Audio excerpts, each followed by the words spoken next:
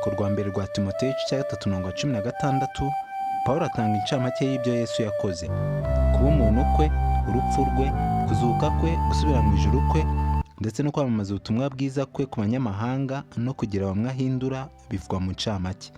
Umurimo wa Yesu hano ku isi n'umusaruro watanze bigaragazwa nk'ibigize ubwiru bw'ubumana bwe.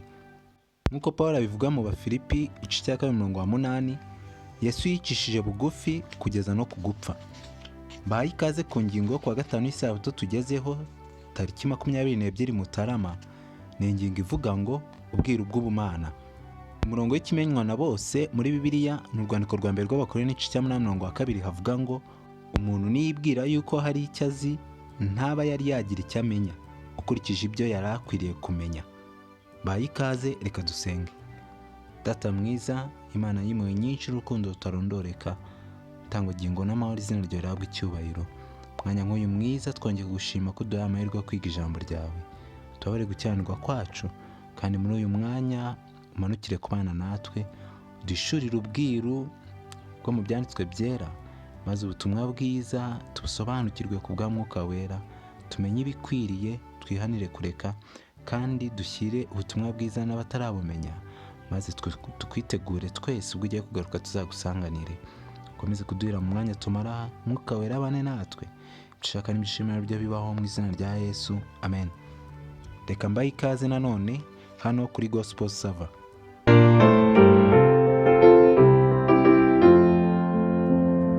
Ni muri gahunda twigamo ibyigisho by'ishuri ry'isabato, aho twiga ingingo y'umunsi.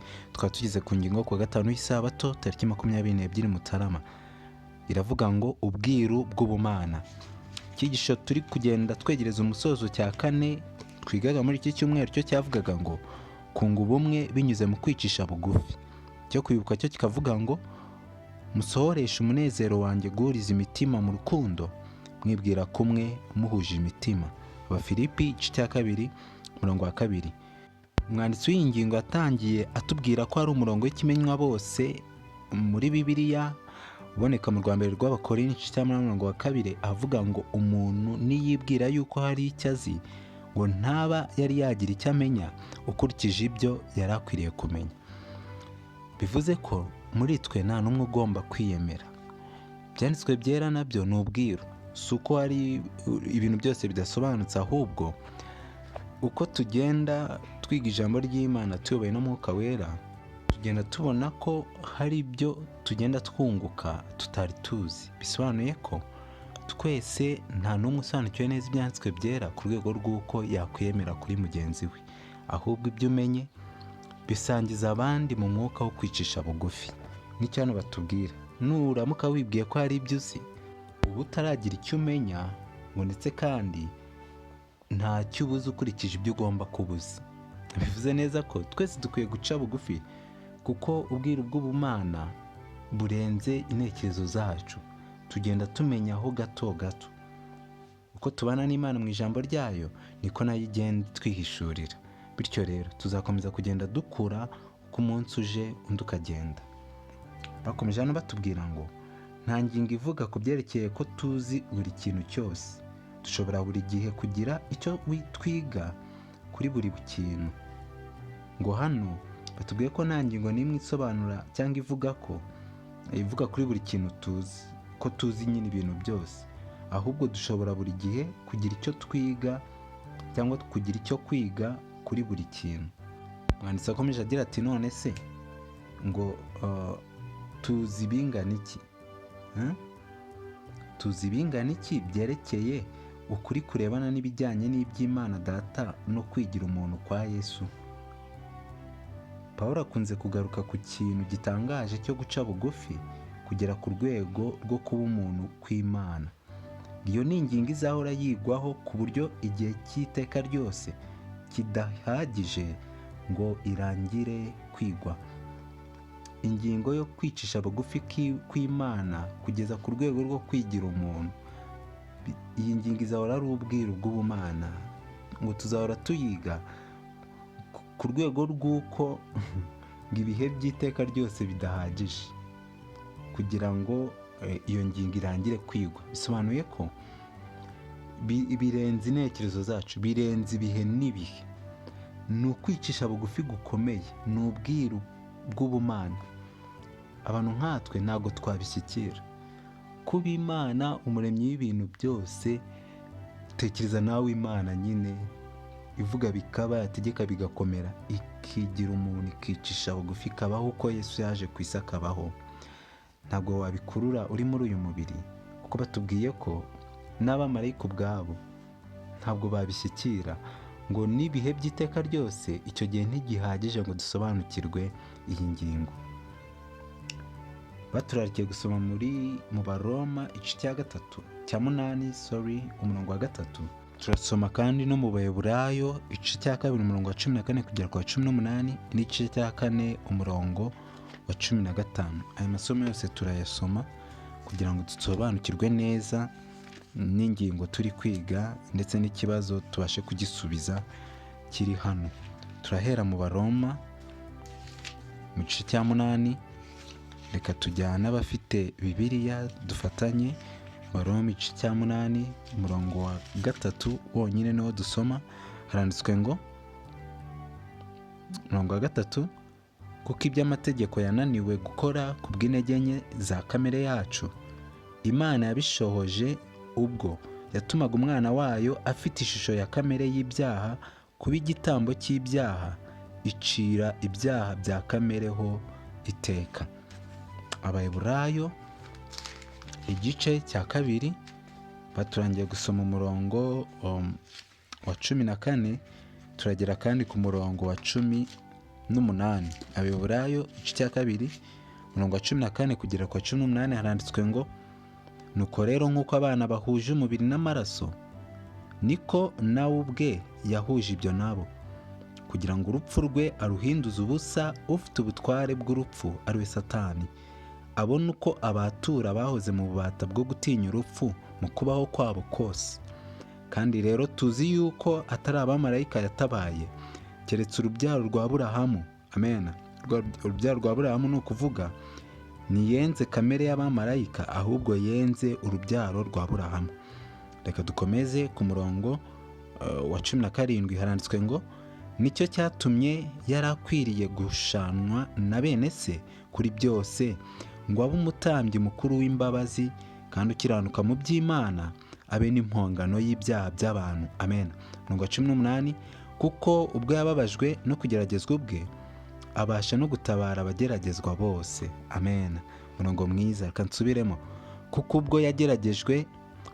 ubwo yababajwe no kugeragezwa ubwe, abasha no gutabara abageragezwa bose. Amen. Reka dusome mu gice cya 4 cy'Abaheburayo n'ubundi ku murongo wa 15. Haranditswe ngo, kuko tudafite umutambyi mukuru utabasha kubabarana natwe mu ntege nke zacu, ahubwo yageragejwe uburyo bwose nkatwe, keretse yuko atigeze akora icyaha. Amen. Ni iki cyaranze uguca bugufi kwa Yesu no kwakira kamere ya kimuntu?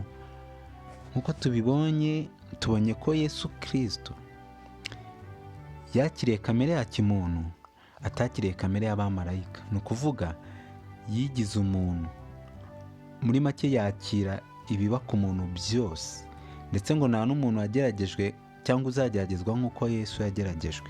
Abaho ubuzima bugoye, ubwo buzima yabayemo ngo kwari ukugira ngo abashe kuba umutambyi kwacu. Ntabwo umuntu yagusabira imbabazi z'ikintu atanyuzemo nk'umuntu wakinyuzemo.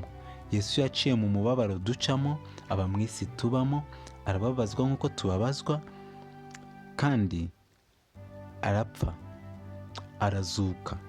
Ubu ashoboye kutuvuganira, ashoboye kubwira Data wa twese uburyo tugorwa muri iyi si. Ashobora kudusabira imbabazi mu gihe hari ibyatugoye, kuko nubwo nta cyaha yakoze, si uko bitari bimugoye. Byari ibintu bikomeye kuba mu isi nukora icyaha. Azi intege nke zacu, niyo mpamvu ari umutambyi mukuru akwiriye kudusabira. Niyo mpamvu kandi ku murongo dusomya 18 w'Abaheburayo igice cya 2 tuhabonye amagambo meza cyane avuga ngo, kuko ubwo yababajwe no kugeragezwa ubwe, muri make yarababajwe mu isi aranageragezwa, ngo abasha abasha no gutabara abageragezwa bose. Igihe tumwizeye, tukamwiringira, tukamwikomezaho, Yesu abasha kudutabara kuko azi uburyo tubabazwamo, azi ibigeragezo duhura nabyo, abasha kuduha imbaraga itubashisha gutsinda ibyo bigeragezo kuko nawe yanyuze muri iyi si, azi uburyo bigoye. Yesu rero ibyamuranze harimo kwicisha bugufi, akemera kuba imibereho tubamo isuzuguritse, akemera kugeragezwa ndetse kandi akabisoresha n'urupfu rwo ku musaraba. Atari umusaraba gusa ahubwo nk'ikivume nk'uko twabonye mu ngingo y'ejo hashize. Ngo byashobotse bite kugira ngo umwana w'Imana ihoraho binyuze mu gikorwa cya Mwuka Wera ahinduka Imana muntu mu nda ya Mariya? Biratangaje kumva uburyo utarondoreka kandi uhoraho ashobora guhinduka umuntu upfa. Ibyo ni byo Pawulo yita ubwiru bw'ubumana. Pawulo ntabwo nawe ahita abikurura, aravuga ati ibi bintu biratangaje, uburyo Imana yigira umuntu ikemera kuba mu isi ikabaho nkatwe, ndetse nk'aho bidahagije ikemera no gupfa, noneho urupfu rw'ikivume ku musaraba. Nibyo Pawulo yita ubumana. Ubwo nibwo butumwa bwiza natwe tujyana, ubutumwa bw'imibereho ya Yesu, uburyo yabaye hano ku isi, uburyo yatotejwe akageragezwa ariko ntave mu kuri, agakomeza kwerereza se kandi ubwo butumwa bwiza bugasoreshwa n'inkuru nziza y'uko ubwo yapfuye akazuka yatuboneye agakiza, atsinda umwanzi Satani, umwizera wese naho yapfa azongera abeho. Amen. Ubwo nibwo bwiriro bw'ubumana tubwirwa mu ndirimbo nziza yo mu Bafilipi igice cya 2. Ahangaha Pawulo avuga mu buryo burambuye uko kwicisha bugufi kurenza ahandi hose mu byanditswe byera. Reka twumve uburyo Yesu yicishije bugufi nk'uko tubibona mu Bafilipi mu gice cya 2 uhereye ku murongo wa 6 kugera ku murongo wa 8. Handitswe ngo iki? Handitswe ngo kugira akamero k'Imana ni icya mbere yavuze Pawulo. Ngo ijambo morphe cyangwa ishusho ngo ryerekeza kuri kamere ya Yesu y'ubumana, kuba yari umwe na se, nk'uko biri muri Yohana igice cya 1 umurongo wa 1. Tubona ko jambo yahuranye n'Imana kandi yari Imana. Icya kabiri, Yesu yisize ubusa. Abafilipi 2:7. Ubwiru bw'imiterere ya Yesu waretse ibye byose yiyambura ubumana bwe kugira ngo abashe guhinduka umuntu byuzuye, akageragezwa nkatwe, ngo ni ibintu bitangaje. Ni ukuri. Icya gatatu, Yesu yicishije bugufi. Abafilipi 2:8. Hano turi kureba ibintu Pawulo yagiye agaragaza bitangaje, bigaragaza ubwiru bw'ubumana, bigaragaza kwicisha bugufi kwa Yesu mu byo yagiye akora akiri hano ku isi, nk'uko Pawulo abigaragaza. Icya gatatu avuze ngo yicishije bugufi, ngo mu gufata kamere ya kimuntu Yesu yaretse icyubahiro cyo mu ijuru, afata akamero k'umugaragu. Ibintu bitandukanye n'umugambi wa Lusiferi. Lusiferi we yashakaga kwishyira hejuru, ariko Yesu we yigize nkatwe, yigize umuntu. Nk'aho ibyo bidahagije yigira umugaragu. Nk'aho ibyo bidahagije, umugaragu w'imbata. Ntabwo ari uw'inka, ntabwo ari uwa shebuja, umugaragu w'imbata. Mu gihe cya kera imbata cyangwa inkora y'agahato bari bantu badafite kivurira, badafite ubitayeho, bakorera inda. Niba ari kwavuga n'inda nayo babaga ibiryo babishatse. Ni ukuvuga bari abantu baguzwe na ba shebuja, bagakoreshwa imirimo y'agahato kandi bagakora ako kazi mpaka. Rero Yesu yicishije bugufi aba umugaragu w'uwo muntu. Ngabo bitekereza, bikurure.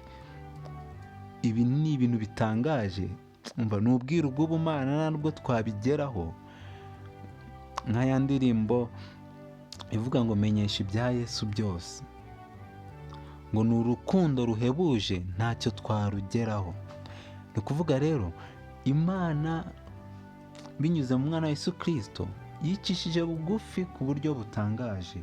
Icya kane ngo urupfu, ndetse urupfu rwo ku musaraba. Abafilipi 2:8. Ibyo Yesu yakoze byose nk'aho bitari bihagije, yabisirishijeho umusumari gupfa urupfu rwo ku musaraba. Muri make, gupfa urupfu rw'ikivume. Umusaraba wari usobanuye kuvumwa. Uwawubambwagaho yabaga yavumwe, yabaga ari ikivume mu gihugu cyose. Hano baratubwiye ngo nta gukozwa isoni kurenze gupfa urupfu Yesu yahisemo gupfa, kuba yari yarabigennye kuva kera kose ari kumwe na se mu nama y'amahoro, nk'uko biri muri Zekariya igice cya 6:13. Byagaragajwe kuva kera igihe Mose yamanikaga inzoka mu butayu, nk'uko twabibonye mu Kubara 21:9 na Yohana 3:14, ngo maze bituma ahinduka icyaha ku bwacu, kugira ngo muri we duhinduke gukiranuka kw'Imana. Amen. Yesu yitanze mu rwego rutagerwa, ahinduka icyaha ku bwacu, apfa urupfu rwo ku musaraba, kugira ngo binyuze muri we tugire agaciro imbere y'Imana. Ubwo buntu buri hanze, buraturamburiwe twese, twarabuhawe, ariko kubwakira ni uruhare rwanjye n'uruhare rwawe. Niyo mpamvu twakijwe n'ubuntu kubwo kwizera.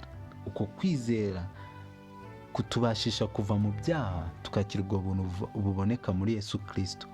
Niyo mpamvu njye nawe uyu munsi none dukwiriye kwihanira kureka, tugasaba Imana ikaduha imbaraga zitsinda icyaha, tukihanira kureka, kuko agakiza kacu muri Kristo Yesu karabonetse. Yesu yarakabonye, kandi n'umuntu wese abasha kukakira igihe yemeye iryo rarika ryiza. Reka twemeye iryo rarika, twihanire kureka, tubeho imibereho mishya ihindutse rwose, dutangire kugenda nk'uko Yesu yagendaga, kubaho nk'uko Yesu yabagaho.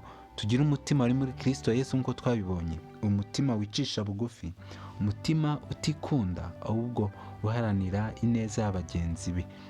Maze nibwo tuzaba mu isi, kandi n'ubutumwa bwiza tuvuga bukagira umumaro ababwumva, kandi ubwo Kristo agiye kugaruka akazasanga tumwiteguye, tukabana mu bwami bwo mu ijuru. Nibyo mbasabira, nanjye nisabira mu izina rya Yesu. Amen. Urakoze Mwami mwiza ku bw'aya magambo meza. Turatsinzwe, dusanze nta rukundo rutubamo, ndetse turi hasi cyane, twiyemera turi abantu b'abangizi. Nyamara umwana w'Imana, Imana ikomeye Yesu Kristo, yicishije bugufi kugera aho we aba umugaragu w'imbata, ndetse abisoresha gupfa ku musaraba, kugira ngo binyuze muri we tubashe kongera kugira agaciro mu maso y'Imana, tubashe kongera kwitwa abana b'Imana. Reka uturinde gukerensa mu mahirwe, turinde gukerensa icyo gitambo cyiza, tucyakire mu bugingo bwacu, twihanire kureka, twakira imbaraga y'Umwuka Wera, tube imibereho ihindutse rwose, umunsi ku wundi igaragaza ko twamenye Yesu, maze abatubona n'ibyo tubabwira bibahindure, nabo bahinduke, twitegure ugiye kugaruka tuzagusangane nta n'umwe ubuzemo. Niko gusaba kwanjye, nsabira n'abo turi kwigana, ngo Imana amahoro biduhere ubuntu mu bushake bwayo, mu izina rya Yesu Kristo umwami wacu. Amen.